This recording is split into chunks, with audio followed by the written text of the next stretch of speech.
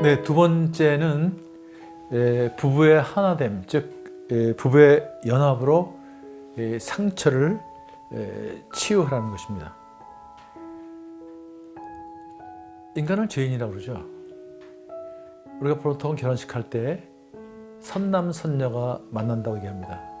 그러나 선남 선녀가 만나는 것이 아니라 사실은 죄인과 죄인이 만나게 되어 있습니다. 그래서 상처가 있기 마련이죠. 재상의 결과 인간은 아주 이기적이 되었습니다.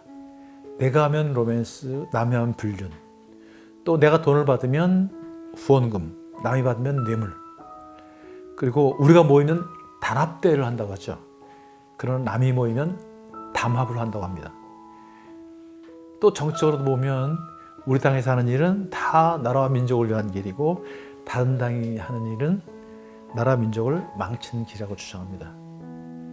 이것이 극도의 이기심, 사실 죄성의 발로죠.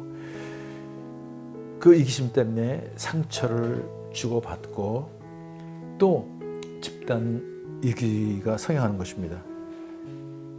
특별히 관계적인 존재로 만들어진 인간은 강한 애착 욕구가 있습니다. 이 애착 욕구가 채워져야 건강한 인성과 사회성을 형성하고 살 수가 있습니다. 그러나 과거 혹은 현재의 관계에서 애착 욕구가 반복적으로 무시되고 거부당하면 엄청난 상처와 결핍 속에서 살게 됩니다. 이런 상처를 원상처라고 합니다. 이 경우 당사자는 신경이 아주 나락해질 뿐만 아니라 정서적 박탈감 속에서 원만한 관계를 맺기가 매우 힘들어집니다. 미국의 유명한 미래학자인 존 나이스비트라는 사람이 쓴 마인드 세트라는 책에 이런 말이 나옵니다. 사람들은 이미 세팅되어진 마음의 상태에 따라 사물과 사건을 바라보는 관점이 달라진다. 문제는 자신 안에 세팅된 심리적 최면보다 대개는 인식하지 못한 채 어떤 마법에 걸려 자신의 인생을 축내며 살아간다. 특별히 그것은 과거의 상처와 다양한 삶의 부정적 경험으로 인해 형성된 일종의 자기 최면의 경우가 많다라고 했습니다. 자, 여기서 과거의 상처와 다양한 부정적 경험이 제일 많이 일어나는 곳이 어디일까요? 바로 우리의 가정입니다. 결국 가정 환경이 한 사람의 삶에 결정적인 영향을 준다는 이야기일 수 있습니다. 꽤 오래전 주말 드라마 중에 태조 왕건이라는 것이 있었죠. 정말 남자치고 또 아버지치고 이 드라마를 안 본 사람이 없을 정도로 그렇게 인기가 있는 주말 드라마였습니다. 저는 사역에 쫓기다 사실 계속 볼 시간은 없었고요. 가끔 지방에 출장 가서 이것을 보게 되었습니다. 다행히 그러나 저는 역사를 전공했기 때문에 그 스토리를 유추해서 알 수가 있었습니다. 그런데 깜짝 놀란 것은 제가 아버지께서 늘 강조했던 나라의 수는 가정에 결정짓고 가정의 수는 아버지가 결정짓는다. 그 놀라운 이야기가 바로 그 드라마 안에 있었다는 것입니다. 후삼국 시대에 궁예, 견훤, 왕건이라는 세 큰 인물이 있었습니다. 그중 가장 뛰어난 인물이 누구냐고 제가 아버지께 가끔 질문을 하면 대개는 궁예, 견훤, 왕건의 순으로 대답하십니다. 물론 중요한 의미는 없습니다. 그 세 사람 다 뛰어난 인물이기 때문입니다. 그런데 궁예, 견훤은 결국 왕건에게 대권을 넘깁니다. 그리고 왕건이 후삼국을 통일하게 됩니다. 참 놀라운 사실은 세 사람의 가정 환경이 다르다는 것입니다. 궁예는 왕족 출신으로 정변에 의해서 부모를 잃고 유모의 손에 이끌려 탈출하다가 눈을 잃어버린 채 고아로 자라게 됩니다. 결혼은 평민 출신으로 아버지의 관계가 아주 어려워서 거의 깨어진 가정에서 자랍니다. 왕건은 호족 출신으로 관계가 원만한 가정에서 살았습니다.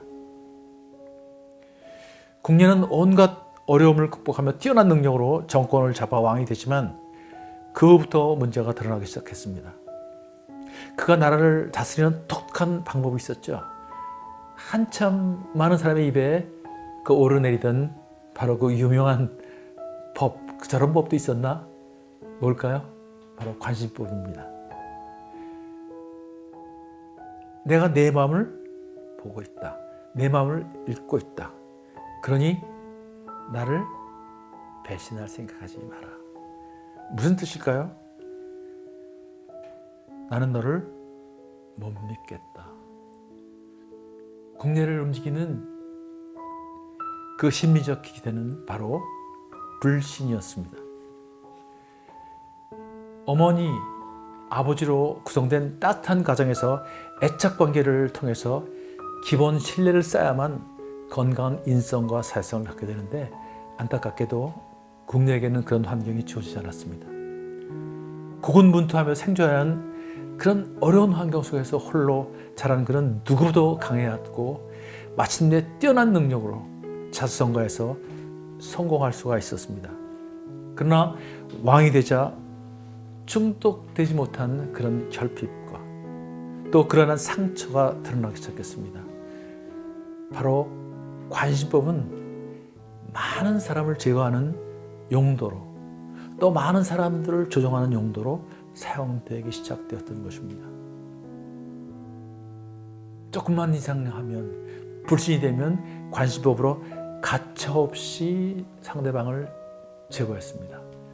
나중에는 아내와 자녀마저 관심법으로 죽입니다. 그 출중한 능력에도 불구하고 궁예는 결국 민심을 잃고 왕건에 의해서 축출돼서 비참한 최후를 맞습니다. 관심법, 그것은 부모와의 애착 결핍이 빚어낸 그런 상처의 산물이었습니다. 결혼은 어떤 사람입니까? 결혼은 아버지와 심각한 갈등을 겪습니다.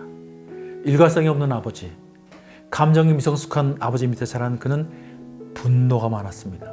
궁예를 움직이는 심리적 기제가 불신이었다면 교훈을 움직이는 심리적 기제는 바로 분노였습니다. 교훈은 그 분노를 그의 기대에 못 미치는 아들들에게 쏟아부었습니다. 특별히 큰아들이었습니다. 결국 아들과의 관계가 깨어집니다. 교훈의 아버지인 아자게가 후백제를 벌이고 왕건에게 기순하자 교훈의 분노는 극에 달합니다. 제가 TV를 보고 깜짝 놀란 것은 아버지가 왕건에게 기순했다는 그 보고를 받고 몸부림을 치는데 피를 토합니다. 얼마나 그 끓어오는 분노. 교훈 역시 왕건에게 기순하는 역사의 아이러니가 일어나게 된다는 것입니다. 교훈은 왜 자신이 세운 나라를 스스로 멸망시키려 했을까요? 자신을 배신한 장남 신검에 대한 그런 분노 때문이었습니다. 백제를 멸망시킨 뒤 신검을 죽이지 않습니다. 이에 실망한 교훈은 결국 화병으로 쓸쓸히 죽어갔습니다. 치유되지 않은 분노가 그를 결국 죽음으로 이끌게 만들었다는 것입니다. 그렇다면 왕건은 어떤 인물이었을까요? 왕건을 움직이는 역동은 관계였습니다. 저는 왕건을 관계의 달인 또는 관계 대명사라고 부릅니다. 그의 관계력이 역사를 바꾼 것입니다. 지금 많은 학자들이 인생의 가장 중요한 성공의 힘은 바로 관계력이다. 지적이 아니라 관계력이라고 그렇게 얘기를 하고 있습니다. 그 관계력의 대명사, 그 사람이 바로 왕건이었습니다. 그 관계력은 그의 감은 가정이 만들어낸 힘이었고 그 힘이 궁예와 견훤을 제압하고 결국 우상국을 통일하는 그런 기반이 되었다는 것입니다. 이렇게 상처로 발생된 트라우마는 지도자가 되었을 때, 특별히 정상에 올랐을 때 심한 역기능으로 작용한다는 것입니다. 부모가 되었을 때 이런 상처가 극명하게 드러나는 경우가 많습니다. 상처를 해결하지 못하면 부부관계와 자녀의 관계에 문제가 생기기 시작합니다. 여러분, 가끔가다 그런 생각이 들 때가 있죠. 어떻게 저렇게 상처가 많은 사람을 만났을까? 그런데 하나님의 뜻은 내가 그리스도의 사랑으로 그 상처 있는 배우자를 쓰다듬고 안아주고 그 상처를 치유하고 회복시키는 것입니다. 그것이 부부의 하나됨의 진정한 목적이고, 또 그런 하나됨을 통해 상처를 치유할 뿐만 아니라 우리 가정에 새로운 역사가 시작된다는 것입니다. 새로운 가문이 세워진다는 것. 이것이 하나님의 정말 그 깊은 하나님의 뜻이 여기 있지 않은가 생각합니다. 오늘 여러분 아내의 상처를 보다듬어 주십시오. 안아주십시오. 새로운 관계가 열릴 것입니다. 감사합니다.